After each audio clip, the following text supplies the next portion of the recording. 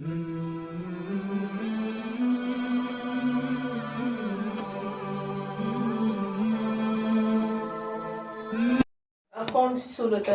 باللہ من الشیطان الرجیم، بسم اللہ الرحمن الرحیم۔ سورہ فرقان۔ سورہ فرقان مکی صورت ہے، اس میں 77 آیتیں اور 6 رکوع ہیں۔ شروع اللہ کے نام سے جو نہایت مہربان اور بڑا رحم فرمانے والا ہے۔ تبارک الذی نزل الفرقان علی عبدہ لیکون للعالمین نذیرا۔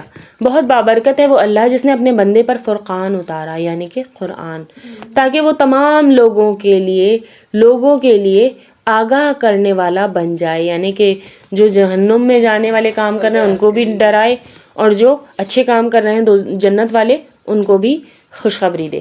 بہت بابرکت ہے وہ اللہ تعالیٰ جس نے اپنے بندے پر فرقان اتارا، وہ تمام لوگوں کے لیے آگاہ کرنے والا بن جائے۔ اسی اللہ کی سلطنت ہے زمین اور آسمان میں، اور وہ کوئی اولاد نہیں رکھتا، نہ اس کی سلطنت میں کوئی اس کا ساجی ہے، کوئی اس کا ساتھی مشرک شرک بھی نہیں ہے، اور اولاد تو کفر میں آ جاتی ہے نعوذ باللہ۔ اور ہر چیز کو اس نے پیدا کر کے ایک مناسب انداز سے ٹھہرا دیا ہے۔ ان لوگوں نے اللہ کے سوا جنہیں اپنے معبود ٹھہرا رکھے ہیں، وہ کسی چیز کو پیدا نہیں کر سکتے بے شک، بلکہ وہ خود پیدا کیے جاتے ہیں۔ یہ تو اپنی جان کے نقصان نفع کا بھی اختیار نہیں رکھتے، اور نہ موت و حیات کا، اور نہ دوبارہ جی اٹھنے کے وہ مالک ہیں، یعنی وہ کوئی اختیار نہیں رکھتے جن میں تم اللہ کی ذات کو شریک کرتے ہو اتنی بڑی بڑی نشانیاں دیکھنے کے بعد۔ اور کافروں نے کہا یہ تو بس خود اسی کا گھڑا گھڑایا جھوٹ ہے جس پر اور لوگوں نے بھی ان کی مدد کی۔ یہ کس کے لیے کہا جا رہے تھے؟ مشرکین نبی صلی اللہ علیہ وسلم کو کہہ رہے تھے کہ یہ کتاب گھڑنے میں کسی یہود نے بھی ان کی مدد کی ہے۔ دراصل یہ کافر بڑے ہی ظلم اور سرتاسر جھوٹ کے مرتکب ہوئے ہیں، اور یہ بھی کہا کہ یہ تو اگلوں کے افسانے ہیں جو اس نے لکھ رکھے ہیں، بس وہی صبح اور شام ان کے سامنے پڑھتے جاتے ہیں۔ کہہ دیجئے اسے تو اللہ نے اتارا ہے جو آسمان اور زمین کی پوشیدہ باتوں کو جانتا ہے، بے شک وہ بڑا ہی بخشنے والا اور مہربان ہے۔ یعنی کہ ان کا قرآن سازی کا جو الزام تھا وہ بہت سخت ہے، ان کو چاہیے کہ وہ عذاب الہی کی گرفت میں آنے سے پہلے توبہ کر لیں، تو وہ مہربان ہے اور بخشنے والا ہے۔ اور انہوں نے کہا یہ کیسا رسول ہے، کھانا کھاتا ہے اور بازاروں میں چلتا پھرتا ہے، اس کے پاس کوئی فرشتہ کیوں نہیں بھیجا جاتا کہ وہ بھی اس کے ساتھ ہو کر ڈرانے والا بن جاتا، یا اس کے پاس کوئی خزانہ ہی ڈال دیا جاتا۔ یہ وہی سارے اعتراضات ہیں جو پہلے شروع سے کیے جا رہے ہیں۔ یا اس کا کوئی باغ ہی ہوتا جس میں سے یہ کھاتا۔ ان ظالموں نے کہا کہ تم ایسے آدمی کے پیچھے ہو لیے ہو جس پر جادو کر دیا گیا ہے، یعنی نبی کریم کے ساتھی جو تھے ان سے یہ کہا جاتا تھا۔ خیال تو کیجئے یہ لوگ آپ کی نسبت کیسی کیسی باتیں بناتے ہیں، بس جس سے خود ہی بہک رہے ہیں اور کسی طرح راہ راست پر نہیں آ سکتے۔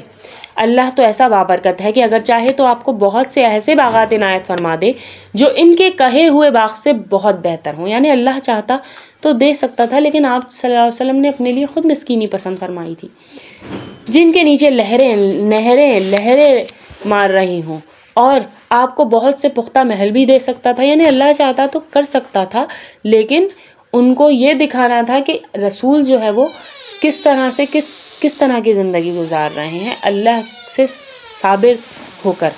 بات یہ ہے کہ یہ لوگ قیامت کو جھوٹ سمجھتے ہیں۔ اب اس میں بھی اعتراض تھا کہ ہم دوبارہ کیسے زندہ کیے جائیں گے، قیامت کیسے آئے گی، اور قیامت کے جھٹلانے والوں کے لیے ہم نے بھڑکتی ہوئی آگ تیار کر رکھی ہے۔ جب وہ انہیں دور سے دیکھے گی تو اس کا چہرہ غصے سے بپھرنا اور دھاڑنا سنیں گے۔ جب وہ انہیں دور سے دیکھے گی تو یہ اس کا غصے سے بپھرنا اور دھاڑنا سنیں گے۔ سورہ ملک میں ہے نا کہ جب اس میں ڈالے جائیں گے اذا القوا فیہا سمعوا لہا شہیقا وہی تفور، کہ جب اس میں ڈالے جائیں گے لوگ تو وہ جو ہے کیا کہتے ہیں غصے سے دہاڑ رہی ہوگی، اور اس کے بعد پھر وہ کہے گی کہ کیا اور بھی کچھ ہے۔ یہ ہے سورہ ملک کا ترجمہ ہے۔ تمہیں کوئی ڈرانے والا نہیں آیا تھا، یہ الفاظ ہاں، پوچھے گی آگ ان سے۔ اور جب وہ انہیں دور سے دیکھے گی تو اس کا چہرہ، اس کا غصے سے بھپڑنا اور دھاڑنا سنیں گے، کیونکہ وہ ان کا کھانا ہوگا نا۔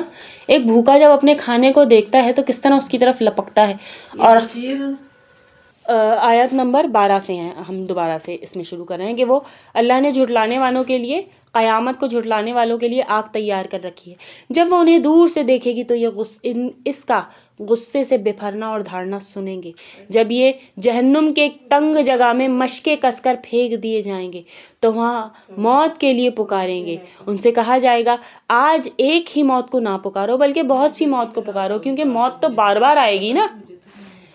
آپ کہہ دیجئے کہ کیا یہ بہتر ہے یا وہ ہمیشہ والی جنتیں بہتر ہیں جس کا وعدہ پرہیزگاروں سے کیا گیا ہے، جو ان کا بدلہ ہے اور ان کے لوٹنے کی اصل جگہ ہے، وہ جو چاہیں گے اللہ ان کے لیے وہاں موجود ہوگا ہمیشہ رہنے والے، یہ تو آپ کے رب کے ذمہ وعدہ ہے جو قابل طلب ہے، یعنی کہ یہ وہ وعدہ ہے آپ کے رب کے ذمہ جو پورا ہو کر رہے گا۔ جیسے قرض کا مطالبہ کیا جاتا ہے، اس طرح اللہ نے اپنے ذمہ یہ وعدہ واجب کر لیا ہے جس کا اہل ایمان مطالبہ کر سکتے ہیں، اور جس دن اللہ انہیں اور سوائے اللہ کے جنہیں یہ پوچھتے رہے انہیں جمع کر کے پوچھے گا کیا میرے بندوں کو تم نے گمراہ کیا یا یہ خود ہی راہ سے گمراہ ہو گئے۔ بار بار اللہ قرآن میں فرما رہا ہے، اور وہ منظر کشی کرائی جا رہی ہے کہ ان کو جمع کر کے پوچھا جائے گا کہ کیا یہ پوچھتے تھے یا تم خود گمراہ تھے، وہ جواب دیں گے کہ تو پاک ذات ہے۔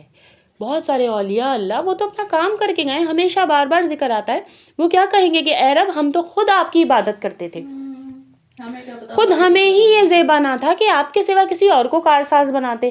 آج کتنا زیادہ آج کل رمضانوں میں تو بہت زیادہ ویڈیوز چل رہی ہوتی ہیں، اللہ توبہ اتنی بڑی بڑی ڈاریاں رکھ کے اتنا شرک بول رہے ہوتے ہیں کہ میں حیران تھی کہ کیا انہوں نے قرآن ترجمے کے ساتھ نہیں پڑھا، اتنے بڑے بڑے علماء مولوی بیٹھے ہوئے اور کیا انہیں ترجمہ نہیں پڑھا انہوں نے، مجھے حیرت ہو رہی تھی، یہ صبح کی بات ہے۔ وہ جواب دیں گے کہ تو پاک ذات ہے، خود ہمیں ہی یہ زیبا نہ تھا کہ تیرے سوا کسی اور کو کارساز بناتے، کارساز ولی۔ بات یہ ہے کہ تو نے انہیں ان کے باپ داداؤں کو آسودگیاں عطا فرمائی یہاں تک کہ وہ نصیحت بھلا بیٹھے۔ آرام میں انسان بھول جاتا ہے عموماً۔ یہ لوگ تھے ہی ہلاک ہونے والے، یعنی شرک کی جو علت تھی، شرک حضرت نوح علیہ السلام کی قوم نے شروع کیا تھا، تو وہ تھے ہی ہلاک ہونے والے، تو انہوں نے تو تمہیں تمہاری تمام باتوں کو جھٹلایا، اب نہ تو تم عذاب کے پھیرنے کی طاقت رکھتے ہو نہ مدد کرنے کی، تم میں سے جس نے ظلم کیا ہے ہم اسے بڑا عذاب چکھائیں گے۔ ظلم سے مراد بھی شرک ہی ہے، کیونکہ شرک سب سے بڑا ظلم ہے نا، ان الشرک لظلم عظیم۔ ہم اسے عذاب کا مزہ چکھائیں گے۔ ہم نے آپ سے پہلے جتنے رسول بھیجے سب کے سب کھانا بھی کھاتے تھے۔ اب وہی بات ہے کہ پیچھے پھر اعتراض ہو رہا تھا کہ یہ کیسا رسول ہے جو بازاروں میں گھومتا ہے، جو کھانا کھاتا ہے، اس پر کوئی فرشتہ نازل کیوں نہیں ہوتا؟ اس کا جواب دیا جا رہا ہے۔ اور بازاروں میں بھی چلتے پھرتے تھے پہلے جتنے نبی تھے، اور ہم نے تم میں سے ہر ایک کو دوسرے کی آزمائش کا ذریعہ بنا دیا ہے۔ یعنی کہ ہم نے انبیاء کی اور ان کے ذریعے سے ان پر ایمان لانے والوں کی بھی آزمائش کی ہے، تاکہ کھڑے کھوٹے کی تمیز ہو جائے، کون تمام انبیاء پر ایمان لاتا ہے اور کون اپنی مرضی سے کرتا ہے اپنے کام۔ کیا تم صبر کرو گے؟ کیا تم صبر کرو گے؟ یہ پوچھا جا رہا ہے کہ مطلب ان باتوں کو کہنے سے پہلے کیا تم صبر کرو گے؟ آپ کا رب سب کچھ دیکھنے والا اور سن رہا ہے، یعنی کہ وہ جانتا ہے کہ وحی کا مستحق کون ہے، وحی فرشتے پر نازل کرنی ہے یا کسی نبی کو منتخب کرنا ہے، یہ اس کا حق ہے۔ یہ 16واں پارہ شروع ہو رہا ہے، میں یہیں پہ اینڈ کر رہی ہوں۔ السلام علیکم ورحمۃ اللہ وبرکاتہ۔